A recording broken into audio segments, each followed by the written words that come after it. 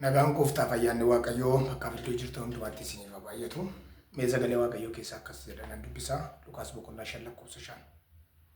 Simoon immoo deebisee barsiisaa edaa halkan guutuu baay'ee itti dadhabnee homaas kan hin qabne hamma garuu ergatti dubbattee dubbii keetiif jedhee keecha nan darbadha jedheen.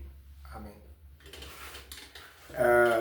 Sagalee kanatu walii wajjin ilaalla. Dubbii Waaqayyoo booddee maaltu ta'a kan jedhu ilaalla. Yoo danda'ameef sagalee kana kutaadhaan walii wajjin ilaalla. Isin yoo dandeessanii sheerii godhaa, koppii liinkii godhaa, laayikii godhaa, riipoostii godhaa. Karaa manni isin qaqqabe hundumaatiin viidiyoo kanarratti sheerii godhaa. Isiniin jechuun jaalladha. Dubbii sagalee Waaqayyoo kana walii wajjin ilaalla. Dubbii Waaqayyoo booddee maaltu ta'a? Dubbachuu Waaqayyoo booddee kan jedhu sana walii wajjin yeroo gabaabaa ilaalla. Qabiyyee kutaa kana yoo teessan ilaaltan wanti sagaleen kutaa kun jedhu yeroo itti Simoon Phexrosii fi obboloonni isaa qurxummii barbaadaa bulanii qurxummii isa barbaadaa bulan sana immoo dhaabanii ganama lafti bariinaan galuudhaaf isaanii kiyyoo isaanii miiccataa jiru. Yesus gara laga bishaan Genezaret jedhamu kanatti gadi ba'ee Phexrosii fi obboloota isaa sana barbaaduudhaaf jedha. Gara kutaa kanaatti ishee lakkoofsa kanarra jirtu amma dubbise kanatti tolnu fi lakkoofsa 1-2 gabaabsee ibsuu yaala. Lakkoofsa 1-2 yoo teessan ilaaltan lakkoofsa 1-2 gidduu differensii guddaatu jira.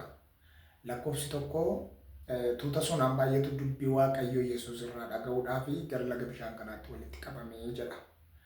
Lakkoofsi 2 immoo Simoon Phexrosii fi obboloota isaatu qurxummii barbaadaa buleetu erga qurxummii dhabeetii galuudhaaf kiyyoo isaanii miiccachuutti jira jedhu. Lakkoofsi 2ffaan kun nama buddeen barbaade yookaas waan nyaatamuudhaaf xaaree jooree isayyuu immoo dhabee gaddaan aariidhaan guutamee gara manaatti galuuf jedhuu fi nama gammachuudhaan dubbii Waaqayyoo Yesuus irraa dhaga'uudhaaf lagatti walitti qabamee kana arginaa jechuudha. Yesuus Kiristoos jarreen kana gidduu dhaabatee waan tokko dhaabateetti yaade. Yoo maal hojjedhee, yoo maal godhee, yoo nattam godhee namoota kana lamaaniyyuu akkaataa barbaachisummaa isaaniitti argachuu danda'a kan jedhu karoora Yesuus Kiristoos hin ture. Namni tokko waan hojjechuuf jedhu tokko yoo karoora baafate baay'ee milkaa'aa ta'a. Yesuus iddoo kanatti karoora baafate sagantaa godhate.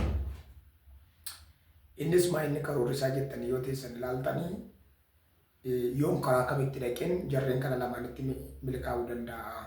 Tuuta sonaan baay'ee dubbii Waaqayyoo dhaga'uu dhufan sanas Simoon Phexrosii fi obboloota isaa warra galuudhaaf kiyyoo isaanii miiccataa jiru kanas yoo maal godhee milkaa'uu danda'a kan jedhu tooftaa Yesuusitti yaadee iddoo kanatti ta'uun isaa hin oolu. Kanaafuu maayinni daayiloogii gochuu jalqaban Phexrosii fi Yesuus Kiristoos akkasittiin jedhee Yesuus gara isaatti adeemeetu bidiruu keenaa kenni jedhee gaafatennaan tole jedhee Simoon Phexros kennaaf. Qarqara karaarraatii gara walakkaatti hojjuma sanaatti naa buutennaan tole jedhee buuteef. Yesus bidiruu isaa yaabbatee irra taa'ee jedha.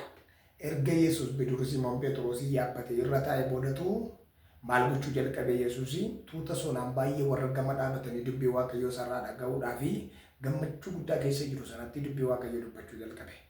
Barsiisuu jalqabe. Isa dhufeef isa isaanii barbaadanii dhufan, isa isaan yaadanii dhufan, isa isaan eegotanii dhufan sana hamma maleetti dubbachuu jalqabe. Isaanis eebbifamanii gammadanii dubbii Waaqayyootu dhaga'aa jiranii. Erga warra sana dubbii sagalee Waaqayyootiin isaan qubsee booda gara Simoon Phexrositti galagale. Kutaa biraa keessatti walakkaa guyyaa booddee yookaas immoo gara waareetti jedha.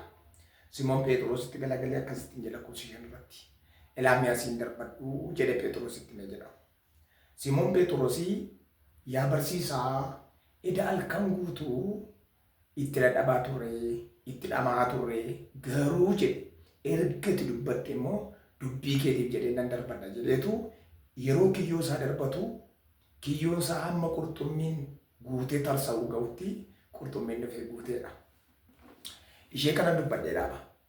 Maaliif Phexros yaa barsiisaa halkan guutuu baay'eetti dhamaa bulle garuu dubbii keetiif jedhee nan darbadha maaf jedhe. Waa gurguddaa lama iddoo kana keessatti argina. Tokkoffaan yeroo Yesuus itti Simoon Phexrosiin qurxummii qabuudhaaf kiyyoo kee darbadhu jedhee yeroo itti qurxummiin takka qabamtee beektu miti. Sababni isaa Phexrosii qurxummii gaafa sana dhabee milkaa'uu dadhabee malee qurxummii qabuudhaan nama beekamaadha. Qurxummiin halkan malee guyyaa qabamtuu turte. Phexros saayinsii ittiin qurxummii qaban beeka. Yerootti qurxummii qaban beeka. Waan ittiin qurxummii qaban beeka. Maal uffatanii akka qurxummii ittiin qaban beeka. Kanaafiyyuu yeroon kun yerootti qurxummii qaban oomini garuu maalan godhaa ergatti jettee immoo jecha jedhu of keessaa qaba. Inni lammaffaan galaana ammatti qurxummii qabachuudhaaf kiyyoo keessatti darbadhaa jettee edalkaan guutuu waliin geenye barbaanne dhabne homaa tokkoyyuu keessaa hin dhabne garuu jedhe ammas dubbii keetiif jedhee immoo nan darbadhaa jedhe. Ilaalaa eda halkan galaana ammatti keessa qurxummiin hin argamti jettee nu abboomaa jirtu kana keessa barbaanne dhabne hin jirtu jedhe. Lammaffaan yerootti qurxummiin qabamtu yeroo kana miti halkan qabamti turte isayyuu hin dhabne jedhe. Tokkoffaa yeroo mini lammaffaa iddi coomaa tokkoyyuu hin jiru jedhe. Garuu ergatti dubbatte dubbii keetiif jedhee nan darbadhaa jedhe. Firoota koolaa kan dhaggeeffadhaa. Bara Waaqayyo dubbatu lafa onatu eebba qaba. Bara Waaqayyo dubbatu didaatu naashama. Bara Waaqayyo dubbatu duudaatu dhagaa. Bara Waaqayyo dubbatu duwwaatu guututa. Bara Waaqayyo dubbatu. Bara Waaqayyo dubbatu yerootu nama agaa. Bara Waaqayyo dubbatu nama karaa dhabe karaa argata. Bara Waaqayyo dubbatu jaallatamummaatu jira. Bara Waaqayyo dubbatu kabajamummaatu jira.